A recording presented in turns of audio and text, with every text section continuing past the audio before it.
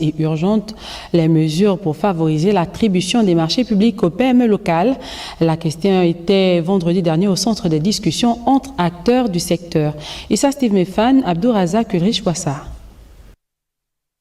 Mal structurée face à de grandes entreprises multinationales bénéficiant d'une meilleure structuration et de ressources financières considérables, la PME gabonaise réunie en coalition propose aux plus hautes autorités de mettre en place des appels d'offres à concurrence restreinte en faveur des petites et moyennes entreprises locales. C'est le 25 octobre 2023, date du communiqué du CTRI qui annonçait la mise à disposition, désormais et de façon exclusive, des marchés de l'État de moins de 150 millions au bénéfice des entreprises gabonaises. Les PME gabonaises qui se sont aujourd'hui exclues dans le cadre non seulement des difficultés liées à la structuration administrative, tout ce qui est documentation administrative, qui révèle d'une difficulté ou d'un parcours du combattant pour une PME qui veut pouvoir se mettre sur le marché et acquérir non seulement des travaux mais aussi de la sous-traitance. Afin de renforcer l'inclusion des petites et moyennes entreprises locales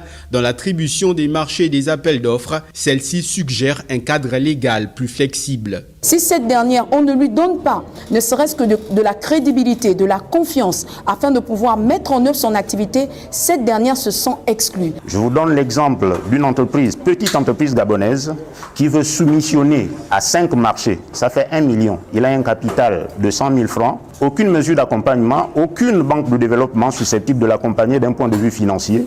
La PME gabonaise est résolument décidée à tout mettre en œuvre pour retrouver la confiance des décideurs. Un mémorandum à ce propos a été produit.